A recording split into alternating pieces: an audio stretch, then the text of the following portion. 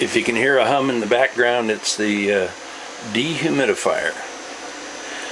And I've set these buckets up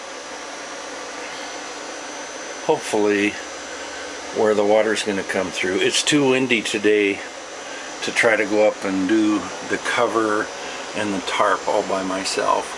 That box of Kleenex has definitely been wet. You can see the tissue is ugly.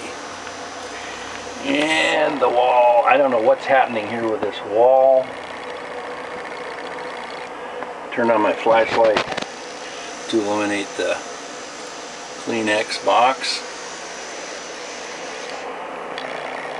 I don't know if my flashlight puts too much pattern in there for you to see the damp, the darker colors. But I put some small holes in the ceiling. There's one right there. What appears to be a low spot where maybe if water accumulates, and there's another one, maybe if water comes in, it will run to those holes and into these buckets. Maybe we can direct some of the flow.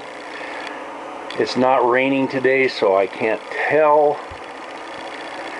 for sure where to put the buckets, but I put them where the carpet seemed the most stained.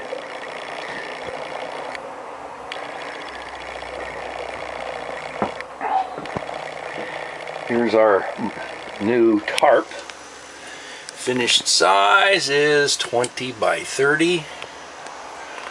I'm going to lay it on the kitchen table. Call Tom. Hopefully on a decent day they can get up there and get this thing done.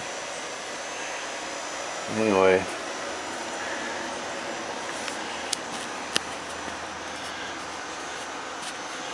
I'm gonna go outside